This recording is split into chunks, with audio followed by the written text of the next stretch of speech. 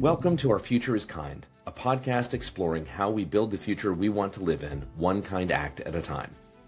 I'm your host, Michael Neese, president of Our Future is Kind, and your companion in conversations about kindness, leadership, connection, and courage. Each week, I sit down with thoughtful leaders, creators, and bridge builders to explore what a healthier, more humane future could look like, and the choices it takes to build it. These are honest conversations about purpose, culture, curiosity, and what it really means to show up for one another at work, in our communities, and in everyday life. Along the way, we'll unearth practical ideas, small but meaningful acts, and questions worth sitting with, because building what's next is a choice. So let's dive in. Shari Leid is a former litigator turned reinvention coach, author, and speaker. She's the driving force behind An Imperfectly Perfect Life, LLC.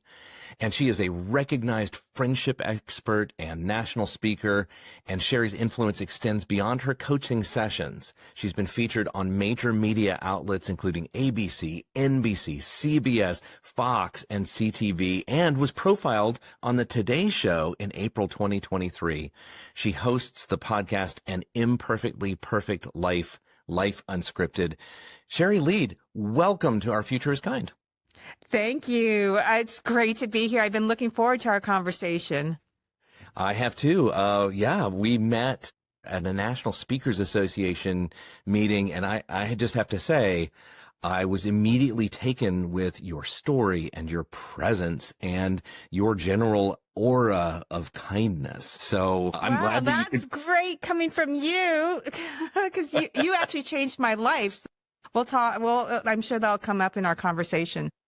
I can't wait for that part, but all right. Well, wonderful. So glad to have you here. I gave an introduction of who you are, but I'd love for you to tell our viewers and our listeners what makes you, you.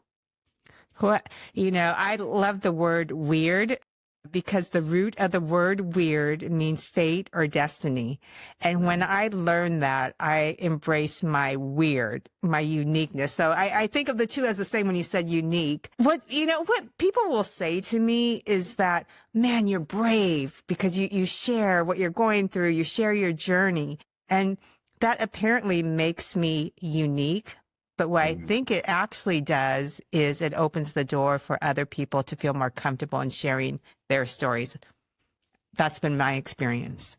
Well, you do have this presence, this way of getting people to open up around you. I saw it live and in person when we were together out in Phoenix, which, by the way, everybody who's tuned in, Phoenix in July is not my recommendation for where to go unless you can stay inside your convention center the whole time. Did you go outside the convention center? I think I didn't leave the convention center. I left every morning between 7 and 9 just to go on a big, nice, long walk. But that was the only time it was 80 degrees or below. And I guess I went to that event we went to off-site. But other than that, I was in that air conditioning room. Yeah, no, it was great. What a great convention they put on. My two Labradors came into the room. They normally don't, so they must feel your kindness coming in. Oh. And Labradors are kind dogs, so I guess so if you hear heavy breathing, that's my dogs. That's not me. I love it. I'm not nervous, but I see the little wagging tail, so that's great. They will eventually lie down, but man, they usually don't come in, so maybe they felt your kindness energy. There you go. Well, I appreciate you saying that. So, yes, I think my viewers and listeners may not be familiar with your backstory, which I think is really fascinating.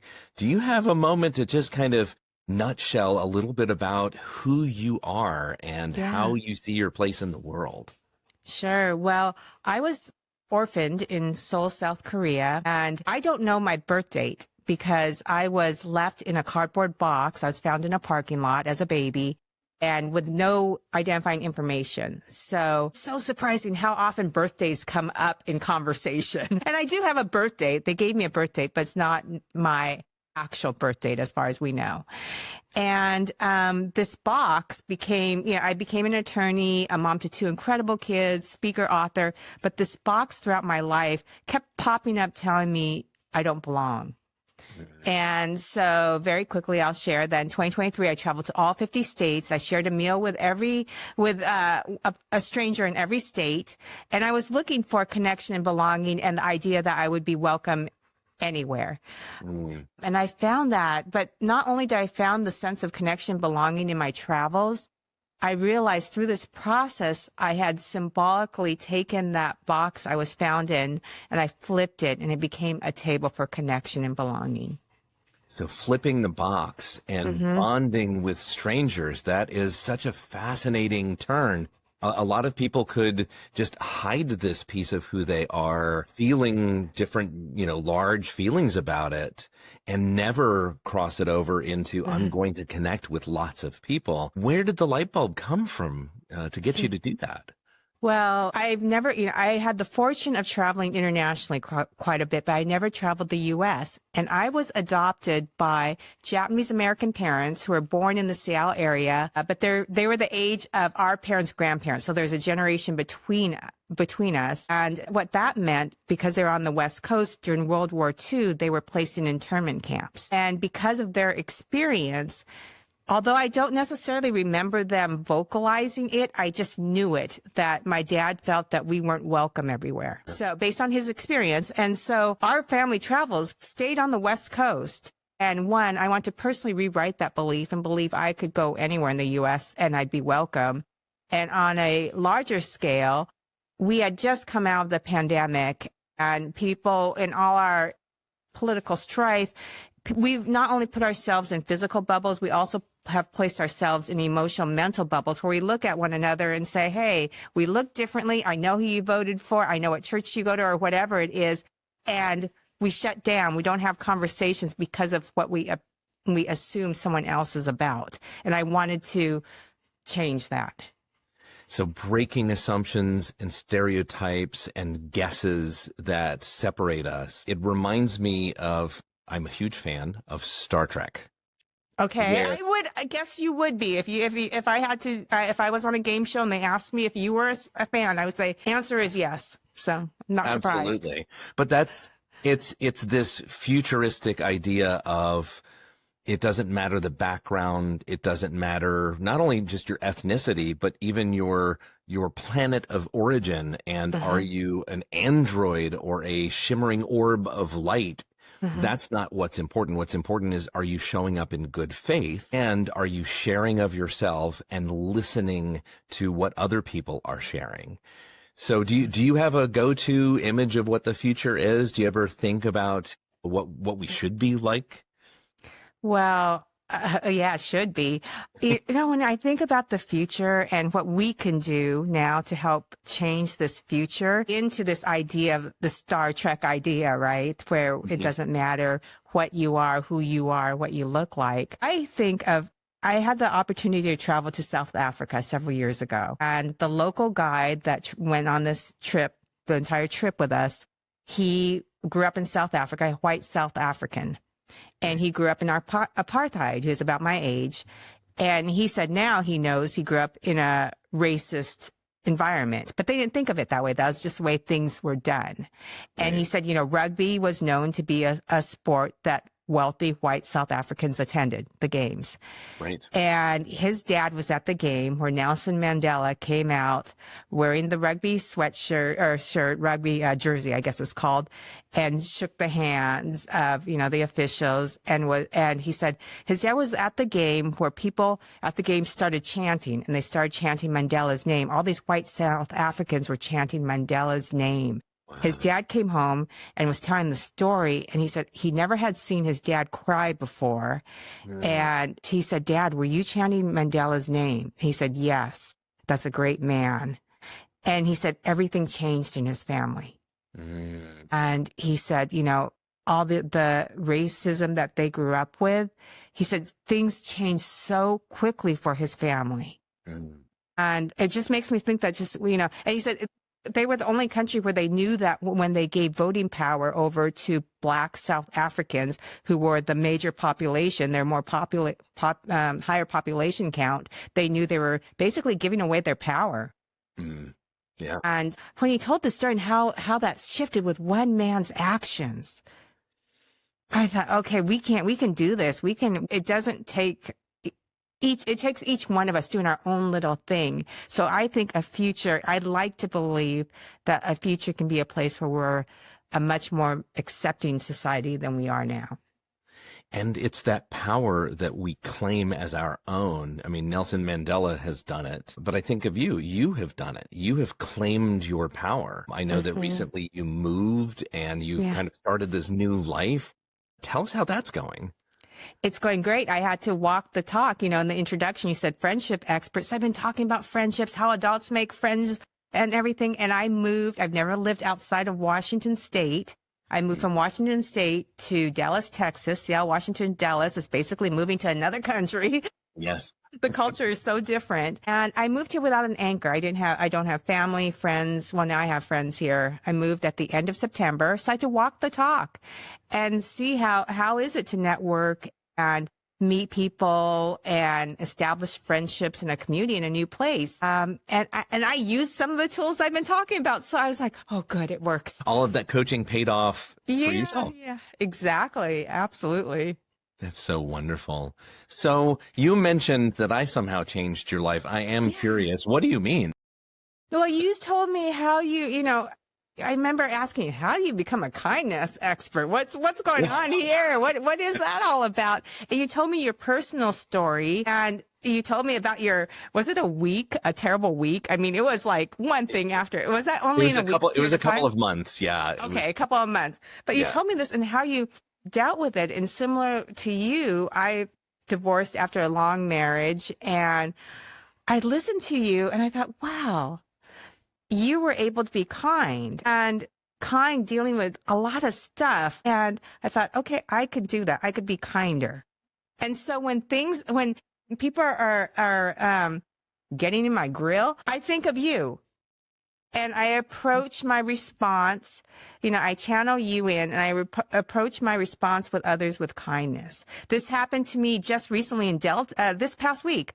I was stuck at Salt Lake City. The plane boarded. I landed there on time with my first flight. The plane boarded a half an hour earlier.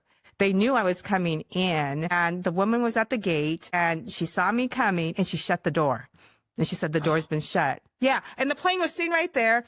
I had two dogs at home, and I couldn't believe it. And she said, well, you should have been here. I have already rebooked you. And that was the thing. She already rebooked me on the next day's flight. And wow. I had this conversation at the other place. They're like, there's no way you're not going to make it. You're going to make it. Don't worry about it. And my inner, I grew up in the hood too. So my inner fight was going to come out. But then I thought about you. I thought, okay, that's not going to help anything. I could be kind. Wow. And how did that go? And then it went okay. I figured it out. I thought, okay, I'm in a new city. How do I figure out more dog care? I called Rover, got somebody over to replace the woman that was at my house already. And it was okay. It was okay. And it made me just, it just switched my mood, my energy. I was able to not fully laugh about it, but I was fine. I was fine. That's wonderful. The fact that you were able to pivot so quickly in that moment. And I appreciate the fact that I somehow inspired that. I give you credit for it, and it's true. And I've watched this, and it's like I would still be sitting at the airport hotel that night if I had gotten mad. Right. I mean, it would have done no good. And I don't know when it was going on in that woman's life. I don't know. She could have had your couple months from, I have no idea what was going on, in her head or her life, but it wouldn't have helped me to be angry and mean and fight. Right. And by showing grace, I mean, there is a very real factor here where at the end of that story, you can kind of say, wow, I handled that really well. Good job, me. That was wonderful. Right. Yeah. I mean, it's those moments where later on, if you had yelled and screamed and been really angry, that's a moment of shame later on. That's a moment of, oh, I didn't control. I didn't really think about the humanity of that other person. Like you just said, you don't know what was going on in her life. She could have had something that was really big and bad and scary going on, and you accommodated that. So, or she could be having a great life. She just loves power. You know? Right. It could be that. Whatever it is. But yeah, you're right. And if it would have been one of those things where later on I would have said, oh my goodness, I hope no one saw that. That would have been embarrassing, you know? Right. Well, and so, yeah. if she is the kind of person who really just loves power and wanted to kind of show that off, her punishment is that she has to go and live with herself and have to, you know, and she did not provoke a reaction from you, which if that was the goal, she totally missed. And so now she has nothing to push against. And so you have maybe hopefully retrained her to recognize that she didn't have to do that. And you know, it's interesting. So we passed each other later in the airport, and I was able to just, you know, I was able to look at, I mean, she didn't look at me, but I was able to look at her and I was fine. As she walked by, she completely looked the other way, like she was looking at something else. She didn't want to look at me. Right. And so her behavior didn't allow her to feel comfortable in her skin because she knew what she had done to look at me, where I felt fine being where I was, and I could look at her and there was no animosity in my body. So thank you. I credit you for, you know, my meeting with you for being able to do that. Well, you are the embodiment of kindness. I mean, whether you attribute it to somebody else or not, you're the one who carried it out. And that's not always easy when the person flips you off and cuts you off on the highway. That is my weakest moment, where I really, really want to have some sort of reaction to it. And I would say that probably about 80%, 90% of the time now, I'm really good and I'm able to appropriately respond by letting them have that space. Just get out of their way and let them have whatever they need. And remember that I don't have to let that taint the rest of my day. Yes, that's a big thing. Yeah. You know, why make myself relive a moment where we're yelling and cutting each other off and all? I don't want to relive that. I want to go and, you know, see the movie that I want to see that night, or go and be home with my pets or right. Something. Yeah. Right. So, well, I'm sure everybody who's tuned in right now wants to know a little bit more about your coaching, about your ability to help others. Can you just describe for us what kinds of services you present, where you help people? Sure. Well, right now I'm really focused on, as you know, keynote speaking, professional speaking, and that's where I'm getting my message out to a broader audience, whether it's conferences, nonprofits, associations, or businesses. And I have a retreat coming up in March in the Dallas area for women. It's a 3-day retreat. I call it Flip the Box. Everything's Flip the Box. The Flip the Box Women's Retreat. And why I like to say most retreats take you away, this one brings you home. And that's one thing I've done too for myself. I used to go on vacations to get away, vacations to escape my life.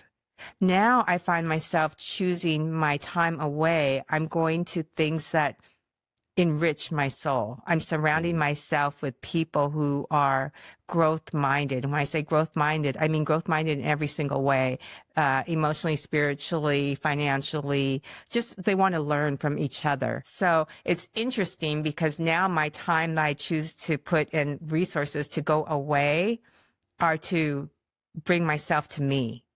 And that's what this retreat will do also. Love that. So that's, you say March 2026, yeah? Yeah, March 2026, March 27th through the 29th. It's a home, but this home has 19 rooms in it. So wow. What's the cutoff where you call something a home versus like a mansion? Yeah, a mansion, a hostel. I mean, I don't know. It's a beautiful location, absolutely beautiful. But it's the work that we'll be doing inside. That's going to be the beauty of it. It sounds wonderful. And I just have to say, I'm excited about the fact that you are fostering the leadership in women, that you are empowering more women, because my belief is that a future involves more women in more leadership positions. Yeah. We don't have enough balance right now with the, you know, different kinds of voices in leadership positions. So what makes you want to focus on that particular group? And have you ever considered focusing on any other particular groups? Yeah, I've coached some men before, but primarily women I've coached. And as I get older, am recognizing more my strengths are working with other women. I mean, just because of my lived experience, as far as going through a divorce, being a parent, I'm a parent of both a gifted child and also a special needs child. I've adopted, and I've also, biologically had a baby. I've a breast cancer survivor. I have all of these lived experiences that I think you have these experiences to share and be able to share more deeply with other people. Not that everyone has had to have these to affect people, but I believe that's why I've experienced this. Also, it's interesting that you talk about women, because women in many cultures have been like the decision makers, the ones that really can take the little pieces and figure things out, where the males have been like, okay, you go do this, right? The implementers of what, we women have created. Magic happens when a group of women get together and vibe at the same level and start talking and sharing. And maybe that's part of it, because, we've been nature and nurture, right? We've been allowed to. Plus, there's this sense that we can share our feelings, we can share our thoughts openly, and it's a strength. Versus, I think men, because of nurture, a lot of times it's not looked at as a strength, and that holds men back from being able to affect the change that they can. Well, and I think just from my own lived experience, I've seen a lot of men be really fearful of allowing other voices in the room to take over, allowing other perspectives to be heard, because there is this training that you have to be in the position of leadership. You have to have the power. It has to be your idea that has to be the good one. Mm-hmm. And there's a lot of pressure. And I've seen men who aren't that way. I've seen men who are very good at, listening to all the perspectives in the room and then following the data-driven approach. But I think it's taking a while for that to gain traction. So yeah. I thought, I being in a new city, I had to get a new doctor, a new dentist, all those things that you have to establish. So I went to my new doctor's office, and they had a grip test that they do as part of the baseline. And so I'm like, I know my grip's not good. I've tried to open some jars before. So I'm doing this grip test, and I'm trying my hardest, but it's not a big deal to me. It is what it is. And the nurse says, you should see men come in here. They practically, keel over trying to do this grip test, like they're competing in the Olympics. Yep. And we were just laughing at what a difference the experience is, where women come in, they just laugh about it. We'll see what this is. And men come in like, I'm going to conquer this thing. Yeah. There's that silent competition. I think that's what drives a lot of bad behavior on highways as well. We already talked about it, right? I think that there is this, wait, you're trying to get faster than me and go past me? No, I have to be number one. But really, if you look at the entire length of highway, there is no beginning and no end. So nobody's winning. Yeah. But it can feel like, oh no, somebody's overtaking me and now I'm falling behind.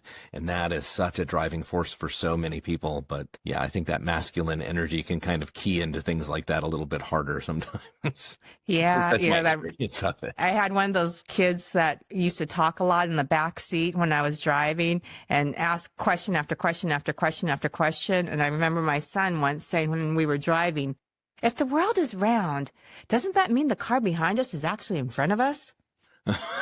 Okay, wow. And we were driving to kindergarten. This is going to be many years of parenting here. Yeah. That is a really deep thought, though, and not at all incorrect. I mean, that's so good. Well, yeah, I wanted to now bring you into the world of Our Future is Kind and ask you our standard questions. Are you ready to go on an adventure with me? I'm ready. Let's go. Let's do it. Okay, so Shari Leid, we are hopping into a time machine, and I'm dialing it up for 100 years in the future. So we're going to 2126. And as we're flying through time, I say, Shari, we did all the right things for 100 years. We couldn't have done it righter. Everything we did was perfect. When we get out of the time machine 100 years from now, what are you looking for to confirm that I was telling you the truth about that? I'm looking for neighborhoods that you can't tell necessarily one neighborhood from the other, not because of the houses. The houses look very different, but because of the population that lives in that neighborhood. You have old, young, every color skin, every type of profession, every type of family there. And everyone has finally realized that we're all here trying to do the same thing. We want the same things. We want our families to be healthy. We want to be prosperous. And we're realizing we all have the same goals. And fighting is slowing it down. Right. Oh, I love that. That is so, I now have a vision of what that looks like. So that's great. Yeah, it looks good, right? Yeah, it looks wonderful. So, said, hey, we did all the right things to get there. Shari, what are those right things? It's seeing people at the heart level. As kids, we do that until society tells us who we need to like and who we don't need to like. And we start judging ourselves against other people. But we didn't do that as little kids. As little kids, we want to play with anybody that'll play with us, on the playground for the most part. And we forget about this heart math, that we have this energy that comes from our hearts, that we can communicate with one another. And when we start communicating with one another with our hearts instead of our heads, it doesn't matter what the person looks like. The travel I did around the 50 states, it was all different. It was all women, but there are different ages, 20s to 60s, different races, economic levels, education levels. And really quickly, I told them at the end, I'm going to do a survey and find out who everyone voted for and what religion they believe in, because I thought that'd be interesting, what my demographics were. I told them I would share this with everyone.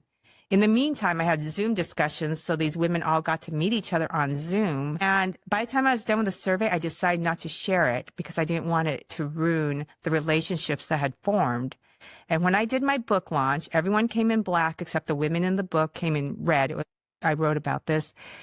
These women were hugging each other like they were the best of friends, and only I knew who somebody voted for, what neighborhoods they lived in.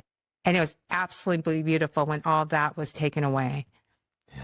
Yeah. It's, I have heard it said that we have 99.9% identical DNA. You, me, and every person who's listening, every person who should be listening. All of us have 99.9% the same DNA, identical structures. The atoms are in the same places on those little double helixes, right? So when you think of it in those terms, anything that's superficial, like where do you go to worship or who is the political candidate that you really enjoy? I think all of that stuff is trivial compared to the fact that we have families and we enjoy different kinds of foods and dances and art and literature. And we have the same needs and wants as each other. So I love your description of that and the fact that they don't know that they're supposed to not like each other. Yeah. Right? That they're not supposed to, cross paths because one lives in this suburb making, with a husband that makes this much money. The other lives in an apartment as a single mom. They're not supposed to cross, right? Right. None of that stuff mattered. That's why I think, if you go into a room, and I do this is part of my friendship and how I've made friends so quickly here and networked in, and I don't necessarily like the word network because I feel like I'm connecting actually more so than just networking. I actually think about this before walking in a room that I'm going to approach people at the heart level. Right. And it just changes the energy and others can feel it and they respond in kind. Love it. I love that so, so much. I think this is why we're friends. Yeah. I did that to you. You absolutely did. And I am so glad for it. Yeah. So if you are having a rotten day, things are not going your way, how do you stay centered? And this is a sort of two-part question. What are the practices that you have to try to stay kind and try to meet people on that heart level?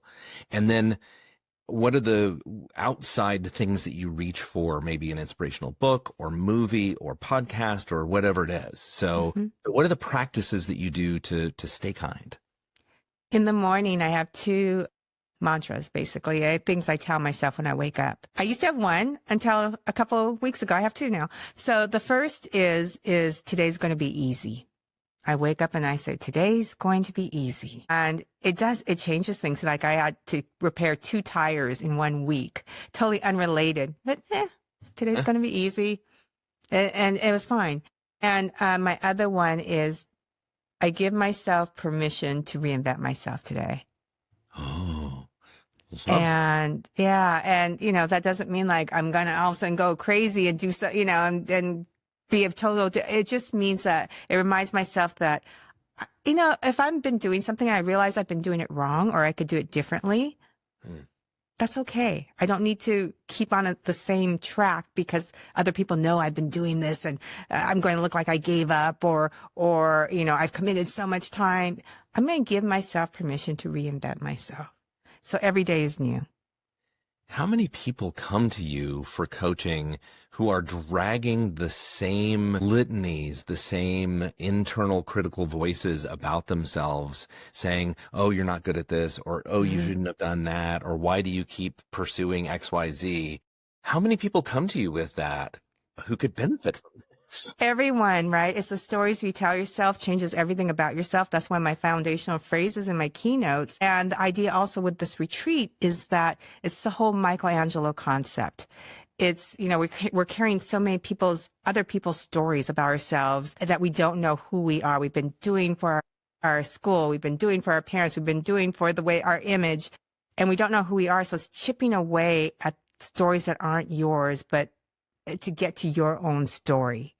So I would say that is 100% the work with the coaching is really not changing who you are, but getting to who you are. Wow, that is so lovely. I think I need to sign up for some of your services. We're all getting a session together, guys. Yeah. Group. All right. And so the other part of that question then, are there things that you reach for to kind of lift you up? Are there movies that you love or books or something else that you reach for? I'm a big podcast listener.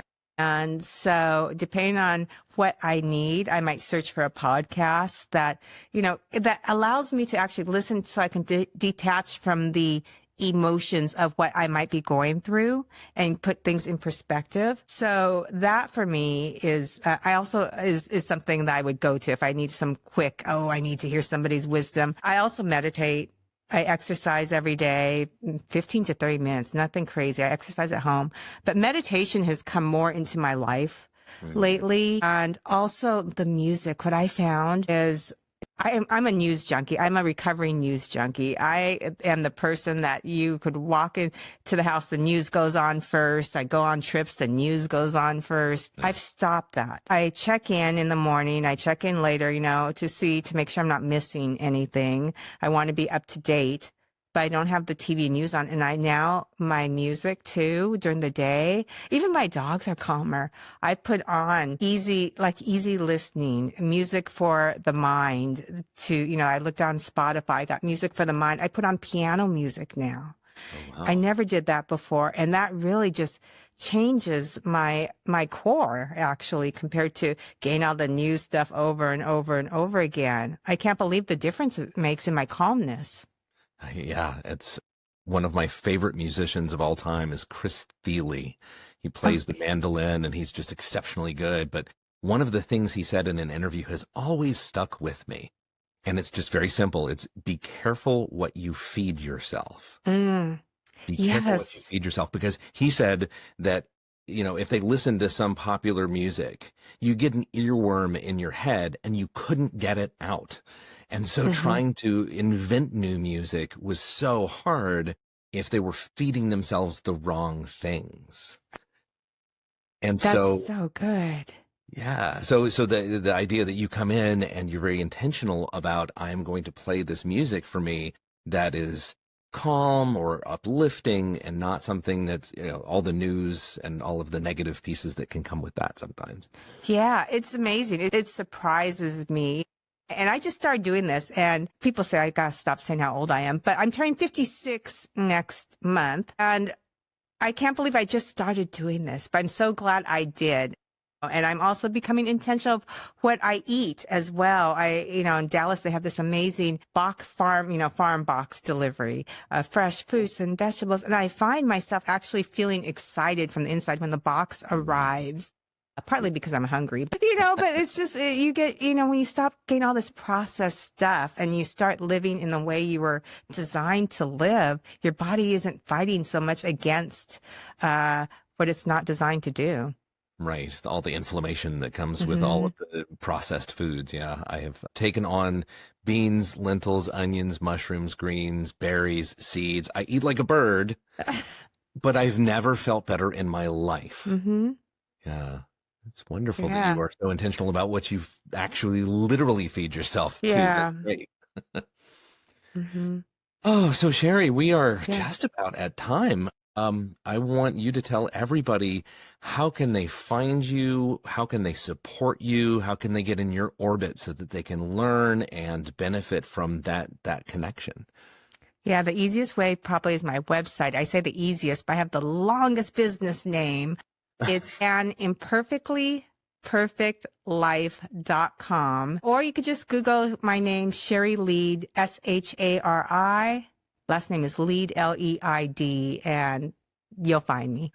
And if you ever have the chance of being in Shari's presence and just feeling the warmth and that heart connection, that is also an amazing thing. So if you're in Dallas, maybe look her up and reach out to her. I eat with anybody. I share meals with anybody. So I love it. That's wonderful. That's so great. Well, Shari, thank you again so much for making time for Our Future's Kind. It's just been a great conversation. Thank you. This has been fun. This episode's Kindness Challenge. Flip the box with grace. In moments of conflict or challenge, pause and choose to respond with kindness rather than reactivity.